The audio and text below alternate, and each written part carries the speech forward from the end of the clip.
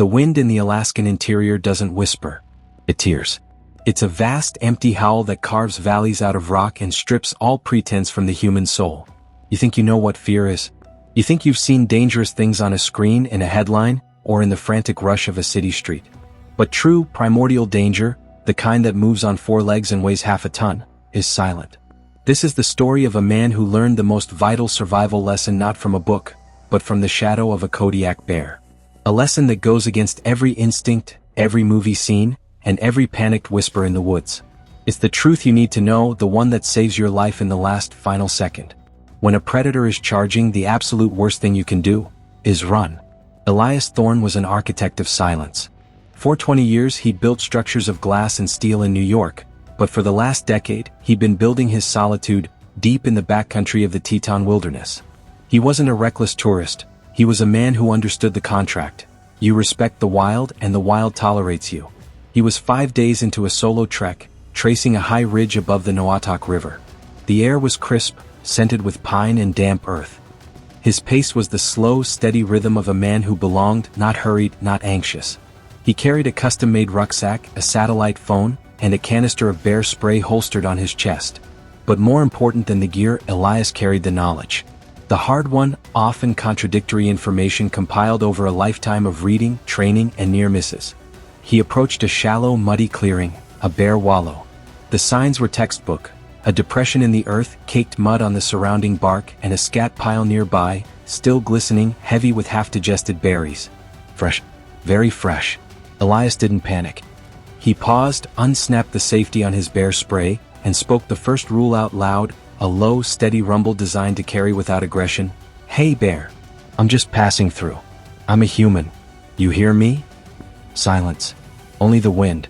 This was the moment of first contact, the silent alarm. The moment every survival script starts. The first sighting, an internal monologue on differentiation. Elias moved slowly around the wallow, his eyes scanning the dense spruce line. He didn't see it, but he felt it, a shift in the atmospheric pressure, the way the forest sound seemed to compress into a single held breath. And then a sound.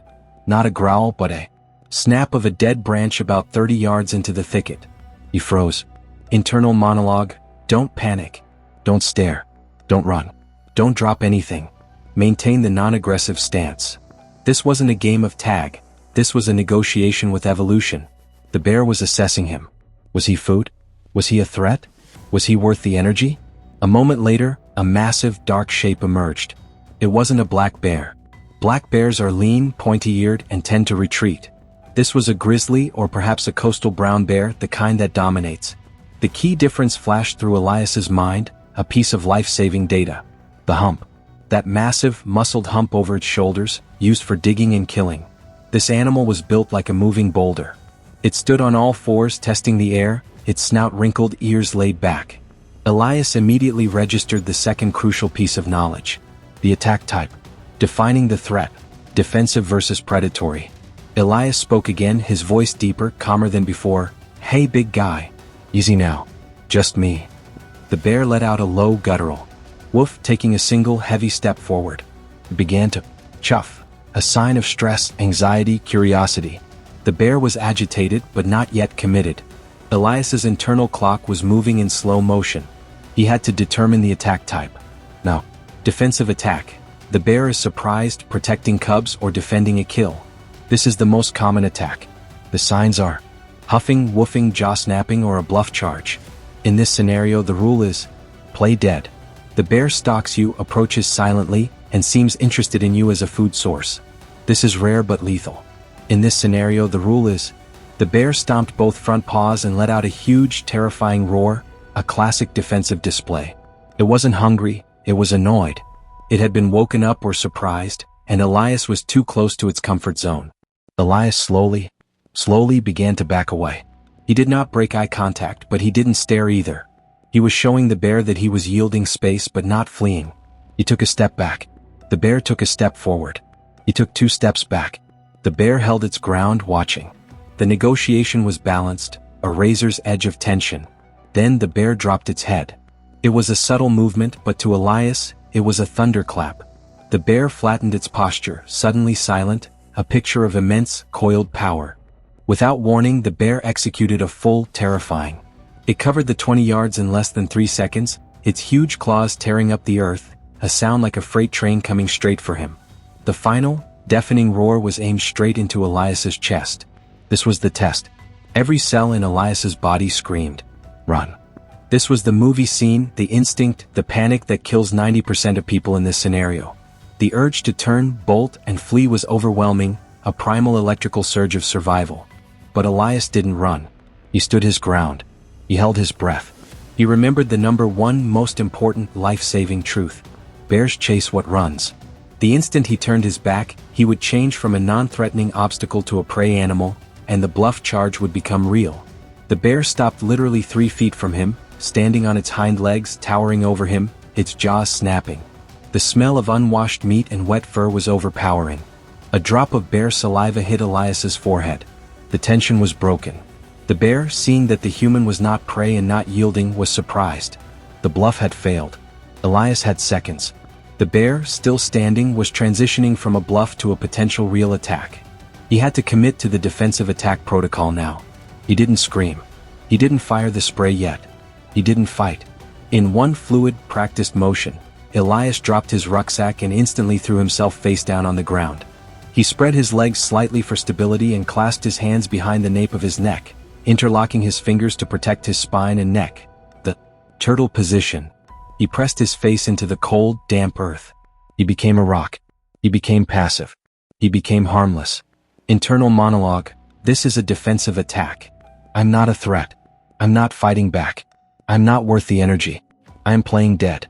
This is the only way. The bear nudged him. Not a gentle nudge. A forceful thump from its massive snout that rolled Elias a quarter turn. The world became a muffled drumbeat of pain. The bear began to bite. Not a killing bite, but an investigatory bite. A warning. The animal mouthed his shoulder, testing the thickness of the canvas jacket, searching for a sign of resistance. Elias felt the crushing pressure, but he didn't cry out. He held his breath. He remained silent, a sacrificial lamb on the altar of the wilderness. A searing, blinding pain erupted in his lower back. The bear clamped down once, lifting him slightly before dropping him back down. This was the moment where every book says you must resist the urge to move. The bear wants the threat to stop. Any fight, any flinch, any sound, and the defensive attack escalates into a killing blow. Elias endured. He mentally repeated the mantra. I'm not a threat. I'm not fighting. I am dead. The biting stopped. Elias lay there, blood seeping into the moss, the cold ground a stark contrast to the burning pain in his back. He heard sniffing. The wet, heavy sound of the bear circling him, satisfied that the threat had neutralized itself. The bear let out one last ragged huff, a sound of final exasperation. Then the sound of the bear's heavy paws, thudding away from him back into the thicket. But Elias didn't move. This was the second most common mistake. Never move immediately after the bear leaves. Bears often circle back, waiting to see if their prey will move, which confirms they are still alive. He waited 5 agonizing minutes, counting his breaths, ignoring the metallic taste of adrenaline and the throbbing pain. When he finally lifted his head, the area was empty. He was alone with the silence. Slowly, painfully, Elias rolled over. He saw the deep lacerations in his jacket and the bright, vivid red on his pants. He was hurt but alive. The damage was localized, not catastrophic. He retrieved his rucksack, which the bear had dragged a few feet. His sat phone was intact. He initiated the SOS signal, his hands shaking not from fear, but from the brutal release of control. As he waited for the helicopter, he looked at the ground where he had stood. Had he run, the bear would have instinctively tackled him from behind, aiming for the neck or head, and it would have been over instantly. It would have been a predatory pursuit, a game the bear wins every time. The truth that saved Elias was simple, brutal, and counterintuitive. It's the lesson that cuts through all the panic, all the noise, and all the bad advice. Survival is not about strength or speed. It's about understanding the psychology of your opponent. The defensive grizzly doesn't want to fight. It wants the threat gone. The moment you turn and run, you validate its aggression and invite the hunt. The only way to win a defensive bear attack is to refuse to play.